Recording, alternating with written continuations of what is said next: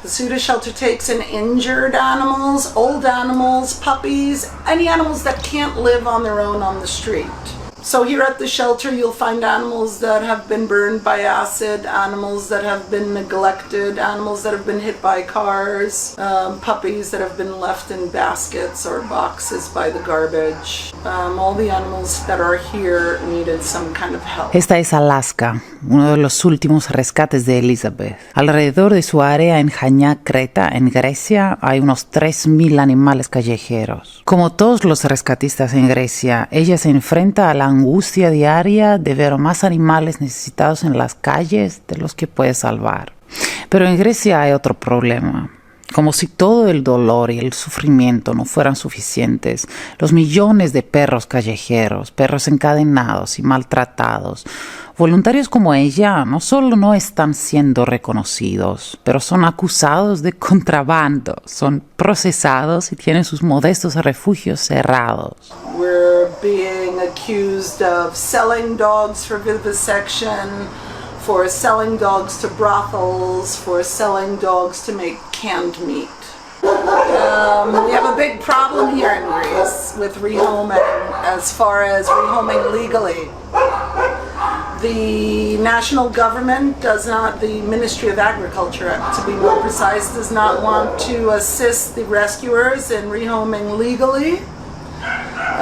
There are certain papers that are issued for animals making transit throughout Europe. These papers are not being issued here in Greece, although they are being issued throughout Europe, which allows an animal to freely be transported from one country to another. Durante décadas, una teoría de conspiración de origen griego afirma que los animales adoptados en el extranjero se venden a burdeles y rescatistas como Elizabeth son vistos como contrabandistas por el gobierno que bloquea las adopciones. El problema se ha vuelto tan grave que el junio pasado 190 organizaciones benéficas de animales escribieron una carta abierta al gobierno griego explicando cómo la adopción de animales no es tráfico y Elizabeth se vio obligada a escribir públicamente explicando cómo no es una traficante. We have about 80 plus dogs here in the shelter. We feed about another maybe 20 on the street. We have cats and fosters, birds, owls, everything. Oh, and a sheep. Got started in 2016 when the previous owner of the shelter decided that she wanted to step back, and I inherited the shelter.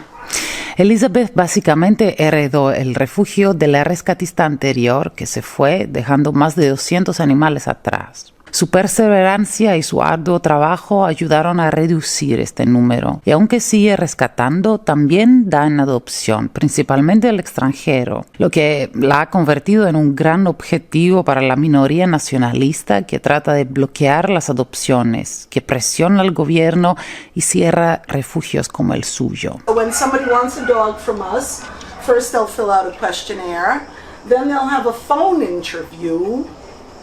And after the phone interview, they'll have a house check, no matter where they are in Europe.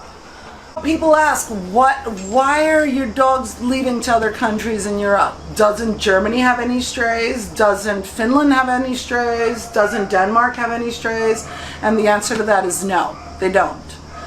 Why can't I adopt animals here in Greece? Because all the dog lovers here in Greece are actually fully stocked in their houses. All you have to do is open up your door and pick a dog up off the street. So us animal lovers here, like me, who live in Greece, have 2, 3, 5 dogs in their homes. Todos los que rescatan en Grecia saben muy bien que las casas aquí son pocas, mientras que los callejeros son demasiados. Y en este país de millones de callejeros, el gobierno no solo no ayuda, no solo no deja a los rescatistas en paz, sino que sigue poniendo obstáculos a las personas que ayudan voluntariamente. Y básicamente trata de hacer que las adopciones sean ilegales. Here in Greece is not the people.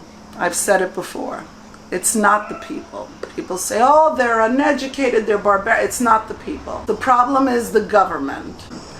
If the government doesn't start respecting this major problem the people can't respect it, especially the people who aren't connected to the animals. So that's why we have this problem. It has to start from the head.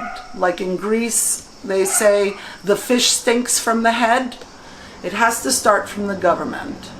Así es, el pez se pudre por la cabeza, y la cabeza, o sea, el gobierno griego, nunca ha tratado de ni siquiera hablar con voluntarios como Elizabeth, que conocen el problema y también conocen las soluciones mejor que nadie. En cambio, están tratando de facilitar la apertura de más refugios públicos, donde los perros se quedan al cuidado de empleados del gobierno, sin atención veterinaria, y terminan viviendo en sus heces y comiéndose entre sí. As we've seen throughout Greece, municipal shelters don't work. You can't put public servants to work in a space with dog shit and dog barking and the elements of the sun and the rain. If you don't love dogs, the dogs will not be taken care of. No, they become concentration camps. Exactly. The dogs eat each other. Exactly, and they're throwing food over the fence. They don't even bother to step inside. The Greek government needs to understand that they have a treasure of people here who really know the work. They need to bring them in. They need to sit down and speak with them. And they don't have to have them running things, but they need to get an idea of how it happens. Elizabeth no solo se da cuenta de lo precioso que podrían ser los voluntarios como ella para el gobierno, sino que también entiende que la comunicación entre las organizaciones de bienestar animal y las comunidades locales es la clave para resolver eventualmente el enorme problema de los perros callejeros, abandonados y maltratados en Grecia. I talk to the rescuers and say that, it's time to open up your doors to the locals. I do that here. It's time to go out into your community. When you argue with someone about the treatment of their dog, they're just going to shut the door on you. You need to know how to approach them. You need to know not to insult them, because the truth of the matter is, the more people that I approach and I get to speak with them, they don't even realize that they're mistreating their animal. They don't even realize that this animal has the feeling of loneliness or the feeling of sadness or the feeling, because all those years previous they were working tools. It's good for the rescuers to begin to welcome the community. When I have a neighbor right next door, he shot a dog and I had to pick her up from the street. He only used one bullet and he wouldn't use a second because he didn't want to waste the second bullet. Her name was Lida. He hit her point blank with a shotgun, blew her eye out, her ear out, and filled the rest of her body with pellets. I got a phone call 8 o'clock at night. They told me there's a shot dog. I went and I found it. When she saw me, she screamed like a pig, and I never will forget that sound in my head of her screaming, covered in blood. I see that neighbor every day. She lived 4 years in Finland. She died eventually, but she had a nice ending. I see that neighbor every day.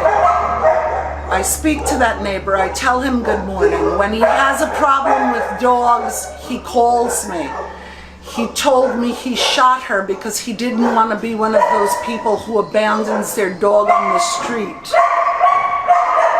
Now he realizes that it's not the way to go. But I'm a shelter here and they're trying to shut me down. So what happens when they shut me down and this guy doesn't find a place? Can't call the municipality. He's going to end up shooting the dog again. And then is he wrong when he shoots it?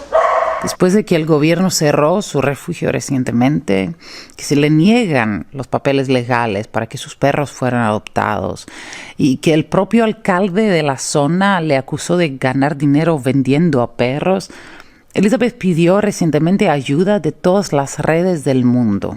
Como ella dijo, lo que sucede en Grecia necesita ser investigado y no podría tener más razón.